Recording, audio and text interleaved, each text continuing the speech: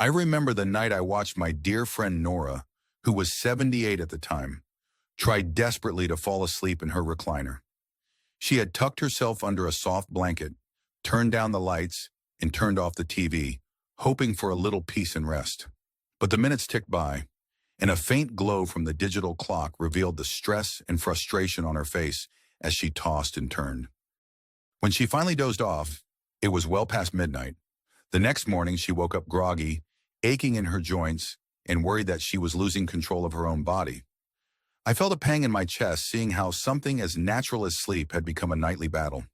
It was in that moment I realized just how critical proper rest is for us, especially after 70. You might think the worst part of sleep troubles is just feeling tired, but the real danger goes deeper.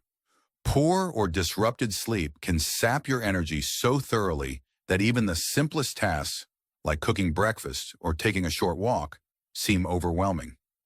It can strain relationships too, because the people who love you see you struggling and feel helpless, or they misunderstand your exhaustion for moodiness. Worse yet, chronic sleep loss can speed up cognitive decline, making it harder to remember conversations, appointments, and even close friends' names. If you've ever worried that another restless night might be robbing you of your independence, you're not alone. But there is a way to break this cycle. Today, we're diving into 6 of the most common and most overlooked sleep mistakes that people over 70 make. By the end, you'll know how to avoid them and reclaim the kind of deep, restorative rest that leaves you feeling energized and fully alive the next day.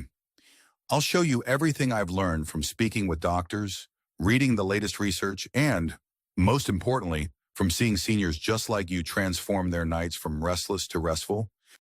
We'll cover everything from the hidden effects of certain evening habits that seem harmless to a surprising trick for resetting your internal clock.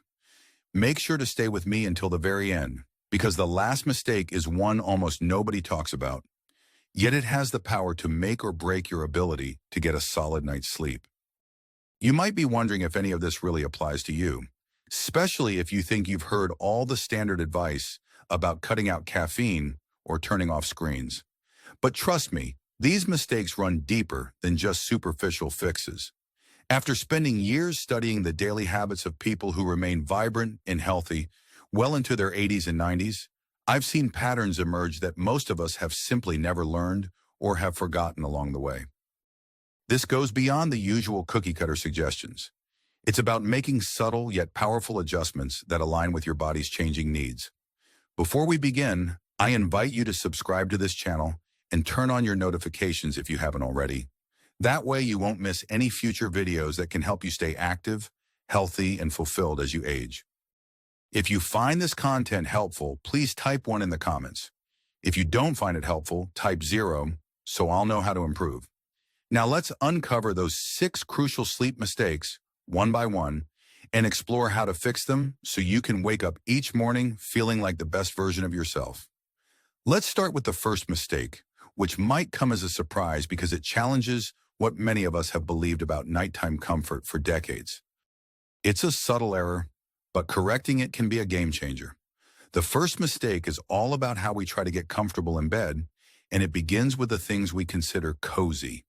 Think of the big plush pillows, the thick layers of blankets, and how we sometimes nestle in front of the TV to lull ourselves to sleep. This might feel soothing, but in truth, it can create an environment that disrupts our internal body temperature regulation. Many seniors think piling on blankets is the best way to stay warm and relaxed, but ironically, it can lead to overheating, or in some cases, an anxious feeling that wakes you up when you're too hot. Take Grace, 74, who cherished her fluffy comforters and an electric blanket on top. She'd been doing this for years without realizing it was causing her to wake up drenched in sweat around 2 a.m., then toss and turn for hours. She assumed it was just menopause-like symptoms lingering, or even a sign of a bigger health problem. What she discovered after talking to a sleep specialist was that by lowering her bedroom temperature slightly and opting for layers she could easily peel off, she was able to keep her core temperature more stable. After just 2 nights, she noticed she could sleep through the night without those dreaded 2 a.m. wake-ups. It was like someone flipped a switch, transforming her frantic nights into peaceful slumber. You may be thinking, but I like to be warm. I'm always cold. That's the common misconception, believing that constantly staying as warm as possible is the key. In reality, the body naturally cools down before and during sleep, and this drop in temperature helps you fall into a deeper sleep stage. When you over-insulate yourself, you interrupt that process. Remember the simple slogan, cool, dark, and calm, that's sleep's open door. Having your bedroom at a slightly cooler temperature is not just more comfortable, it's physiologically in tune with how our bodies are designed. Focus on layering lightly instead of relying on one heavy blanket. You'll remain cozy, but also give yourself the freedom to adjust quickly if you start to heat up. Here's a practical step you can try. About an hour before bed, lower the thermostat by a couple of degrees. This might feel counterintuitive at first, but your body will adapt quickly. Even better, do a quick check right before you turn in. If the air feels slightly cool on your face, you're probably set for a better night's sleep. And if you're worried about your feet getting cold, which is common, wear socks or place a small throw near your feet. That way you can manage your temperature more precisely without overheating the rest of your body. When you sleep in a comfortably cool environment, you can almost feel the tension released from your muscles, the slight drop in body temperature helping guide you into deeper stages of rest. That's the emotional reward here, finding a steady, uninterrupted sleep that results in more energy, sharper thinking, and a sense of confidence in your health. It's a gentle shift, but it can produce remarkable results. Now let's talk about the second mistake. This one might sound familiar if you've ever tried to make up for a poor night's rest with certain daytime habits. Many seniors believe that the more they rest during the day, the easier it will be to sleep at night. But this assumption can backfire. You've probably heard the phrase, if you're still watching this video and finding these insights valuable, please comment number 2 below to let me know you're here. This is your gentle reminder that your feedback and support keep this channel going. And if you haven't subscribed yet, I recommend you do so. That way we can keep exploring the best ways to live happier, healthier lives as we get older. The second common mistake is taking long or irregular naps that interfere with nighttime sleep. You may have heard, "Oh, I'm just going to close my eyes for a few minutes." But that cat nap often morphs into a multi-hour siesta that leaves you wide awake at 2 a.m. Naps aren't inherently bad. A brief 20 to 30-minute power nap can be a wonderful pick-me-up, especially if you had a rough night. The problem is when naps become too long or too frequent. Jack, 79, fell into the habit of dozing off in his recliner for an hour or two after lunch. At first, he welcomed this break because he believed his body needed the rest. But then he found himself unable to drift off at his usual bedtime. He would lie awake until past midnight, feeling restless and frustrated. His energy levels dropped, he became irritable, and his family noticed a stark change in his mood. When he decided to limit his afternoon naps to just 20 minutes, something unexpected happened. He started feeling tired again around 9 or 10 p.m. and slept almost all the way through to morning. That simple adjustment brought his sleep-wake cycle back into balance. There's a misconception that as we age, we need significantly more sleep. The truth is, we generally need about the same amount of sleep as younger adults, roughly 7 to 8 hours. But how we distribute that sleep can shift. Too much napping during the day can sabotage your bedtime routine because your body doesn't have that built-up sleep pressure at night, the natural feeling of tiredness that accumulates over the day. Try the 20-minute rule if you're a napper. Set a timer and close your eyes in a quiet space.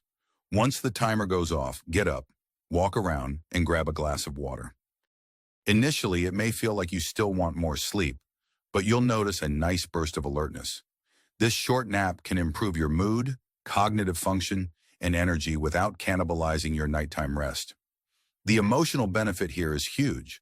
By avoiding overly long naps, you're preserving that deep, satisfying sleep later. You'll likely feel more in sync with the rhythm of life, waking with the sun, connecting with loved ones during the day, and winding down at night.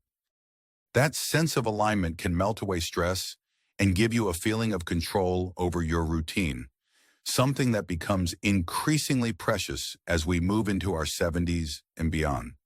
Now, moving on to the third mistake, which is one that caught me by surprise when I first started researching sleep patterns in older adults. It has to do with the assumption that the bedroom is a good place for all kinds of activities: reading, watching TV, sorting through mail, even folding laundry. This can actually condition your brain to be more alert rather than relaxed when you lie down at night.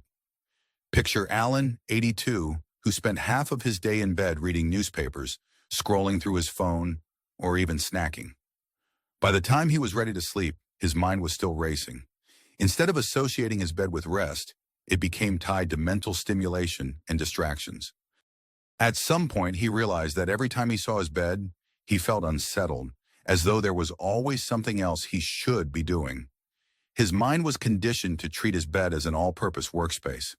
The misconception is that if you're comfortable in bed, you should be able to do whatever you like there. But the reality is, our brains form associations very quickly. We want to strengthen the connection between bed and sleep, not bed and daily tasks. Think of your bed as a sanctuary for rest, a kind of sacred space for relaxation and rejuvenation. This leads to a powerful slogan: if it's not sleep or intimacy, take it out of the bedroom. The more you reserve your bed for sleeping, the stronger your mental cue becomes that says, okay, time to shut down and rest. If you want to read or watch TV, try doing so in a chair or another room. Then when you truly feel sleepy, transition to bed. At first, this might seem inconvenient, especially if reading in bed has been your habit for years, but stick with it for a few weeks. You'll likely notice a shift in how quickly you fall asleep and how deeply you rest once you do. A practical tip is to create a small reading nook elsewhere, even if it's just a corner with a comfortable chair and a good lamp. Make that your designated spot for hobbies and leisure. Keep your bedroom free of screens, clutter, and piles of unfinished tasks. The emotional payoff is significant. When you walk into your bedroom, it feels like entering a serene retreat rather than stepping into a multi-purpose room. This mental shift can reduce bedtime anxiety and help you drift off faster. You might be wondering if any slight bedtime reading is okay. Short, relaxing reading, especially something soothing or spiritual, can be fine as long as it's a small part of your wind-down routine. The key is to avoid stimulating material or bright screens. If your bedroom becomes a peaceful zone, each night can feel more like a calming ritual than a struggle to shut down your racing thoughts. Moving forward, the fourth mistake is about forgetting just how powerful light exposure is in determining the quality of your sleep. Many people over 70 assume that if they feel tired, they should stay indoors and take it easy. But this can reduce exposure to natural sunlight, which is critical for regulating your circadian rhythm. Consider Linda, 76, who began feeling increasingly fatigued and was often wide awake at odd hours. Her doctor pointed out that she was spending most of her day indoors, with curtains drawn to keep the house cool. Linda wasn't getting the bright light her brain needed to set her internal clock. The solution turned out to be simple. She started taking a short walk outside in the morning sunlight, even if it was just 10 or 15 minutes. Within a week, she noticed she was nodding off at a more reasonable time and waking up feeling more rested. The difference in her mood was amazing. The misconception here is that daily sunlight doesn't matter much for seniors, or that it's enough to have overhead lighting in the house. But indoor lights, even bright ones, usually aren't strong enough to provide the full spectrum cues your body needs. By stepping outside, even on a cloudy day, you expose yourself to much stronger, more natural light, and that tells your internal clock what time of day it is, helping to regulate your sleep-wake cycle properly. Think of this as your new slogan: morning light, better night. Make it a habit to get at least a bit of natural light soon after you wake up. Even sitting by a window with the sun on your face for a few minutes can help. You'll likely discover that you feel more alert during the day and more relaxed at night. If you're still with me and this is making sense, please comment number 4 below to show your continued support. And remember, if you haven't subscribed yet, go ahead and do that now so we can keep exploring ways to help you live a vibrant life. A great practical step is to pair your morning routine with light exposure. If you enjoy a cup of tea or coffee, have it outside or near a bright window. If it's feasible, walk around your backyard or simply stand by an open door to let natural light hit your eyes, without staring directly at the sun, of course. The emotional benefit is that sense of harmony with nature, a feeling that you're part of a bigger rhythm rather than at the mercy of random sleepless nights. Plus, you may notice that a little sun on your face can lift your spirits and set a positive tone for the entire day. Now, for the fifth mistake, let's talk about something you might not expect: the habit of late-night worrying. Many seniors find themselves with more time on their hands, and unfortunately, that time sometimes becomes filled with anxious thoughts, especially after the lights go out. The day's quiet can amplify any lingering concerns about health, finances, or even family disputes. Before you know it, these thoughts spiral, making it impossible to drift off. Charles, 77, used to lie awake for hours, replaying every troubling scenario in his mind. He would ask himself, what if my blood pressure spikes again tonight? Or, what if I can't pay my bills next month? The longer he stayed in bed worrying, the more he associated bedtime with a racing heart and spinning thoughts. The misconception he held was that lying there, forcing himself to think through problems, might somehow lead to a solution. In reality, he was just wiring his brain to be more alert. The surprising truth is that worry and problem solving are best done in a structured way, not when you're trying to drift off. If your mind is racing at night, try the worry window technique. Pick a time earlier in the day, let's say late afternoon or early evening, and allow yourself 15 minutes to write down any worries that come to mind. Yes, put them on paper and then close that notebook or journal when time is up.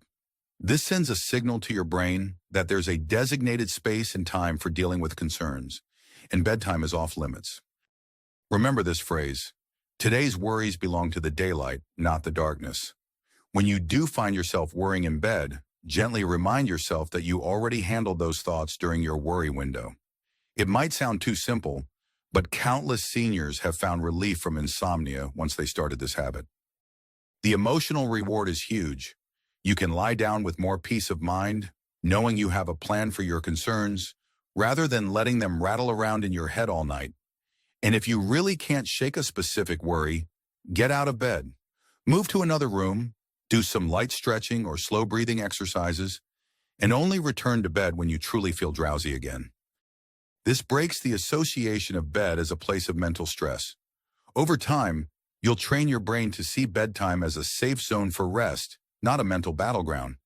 Finally, we come to the sixth mistake, one that almost nobody talks about: ignoring the impact of evening eating habits and hydration patterns on your sleep cycle.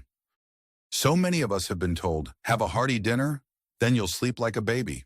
Or, make sure you drink plenty of fluids at night so you don't get dehydrated. But there's a delicate balance here. Take Patricia, 80, who used to have her biggest meal at 8 p.m., followed by 2 glasses of water to stay hydrated. Sure enough, she would wake up multiple times each night, not just for bathroom trips, but also due to acid reflux. She assumed these nighttime disruptions were just part of getting older. But when she shifted her heavier meal to midday and started sipping water throughout the day, rather than gulping it down at night, her nocturnal bathroom visits decreased dramatically. She began sleeping in longer stretches, and her energy levels soared. The misconception is that a full belly at bedtime lulls you to sleep. While a small balanced snack may help stabilize blood sugar, a heavy meal right before bed forces your digestive system to work overtime. This can lead to discomfort, heartburn, or reflux, all of which disrupt sleep. Meanwhile, chugging a lot of water late in the evening can lead to frequent bathroom trips. Neither scenario is conducive to a peaceful night. Here's a slogan you can adopt: light at night for restful sleep. Aim for a lighter meal in the evening, ideally a couple of hours before you go to bed. Focus on easily digestible foods like soups, vegetables, or lean proteins in moderate portions, and instead of drinking big glasses of water right before bed, spread your fluid intake throughout the day. This simple shift can reduce both heartburn and the urge to get up multiple times in the middle of the night. Of course, you still want to stay hydrated, but balance is key. If you do get thirsty before bed, a small sip or two is fine, but avoid large amounts that may leave you with a full bladder at 2 a.m. The emotional payoff is sleeping in longer, deeper stretches, which not only improves your mood, but also helps your body recover from daily wear and tear. You'll wake up feeling genuinely rested and more confident in tackling the day. If you're still following along and want to show your support, Please comment number 6 below, and remember to subscribe if you haven't. Your engagement helps us continue creating content that can truly make a difference in your life. Now that we've covered these 6 major sleep mistakes, overheating at night, taking overly long naps, turning the bed into an all-purpose space, missing out on natural daylight, letting worries run wild at bedtime, and ignoring late evening eating and drinking habits, let's tie it all together. Imagine yourself just a few weeks from now, drifting off peacefully and staying asleep until the early morning light gently wakes you. Visualize the energy coursing through your body as you get out of bed with minimal aches and a clear mind. That's the potential transformation we're talking about here. Each of these 6 points builds on the others to create a supportive foundation for great sleep. It's important to act now because every day you wait is another day spent feeling foggy, drained, or irritable from lack of proper rest. You've worked hard your whole life, and you deserve nights that recharge you, not nights that leave you feeling defeated. By making these adjustments, you'll not only improve your sleep, but also boost your overall health, emotional well-being, and sense of independence. Good sleep is like a secret weapon. It helps you ward off illnesses, keeps your memory sharp, and allows you to fully enjoy the activities and people you love. Take a moment to consider which of the 6 mistakes resonated most with you. Maybe you identified with Grace, who overheated at night, or with Jack, whose long naps robbed him of nighttime rest. Perhaps it was Linda, who needed more sunlight, or Charles, who battled late-night worries. If you recognize yourself in one of these stories, you already know where to start. Pick just one change, maybe setting the bedroom temperature a bit cooler or cutting back your nap to 20 minutes, and put it into practice tonight or tomorrow. Once you see the benefits in your own life, you'll be motivated to tackle more points. I'd love to hear from you. Please leave a comment and share which sleep mistake you plan to address first and why. Whether you choose to focus on cooling your bedroom, taking shorter naps, or revising your evening meal, your insights could inspire others who are facing the same struggles. Also, let me know what's been the most challenging part of your sleep routine so far. Hearing your experiences not only helps me create better content, but also helps our community learn from each other. If you found this video helpful, please hit the like button, subscribe, and consider sharing it with a friend or family member who might also benefit. By taking these steps, you help us grow a supportive network of seniors determined to live their best lives. Your engagement here is more than just a click. It's a vote of confidence in your own health and well-being, showing that you believe in a brighter, more energized future. Thank you for joining me on this journey toward better sleep and a healthier, more fulfilling life. Remember, we can't control every aspect of aging, but we can certainly manage how we rest and recharge. When you align your daily habits with your body's natural rhythms, you tap into a wellspring of vitality and independence. Let's keep moving forward together, empowered to make positive changes one day at a time. You deserve nights of peaceful rest and days full of possibility.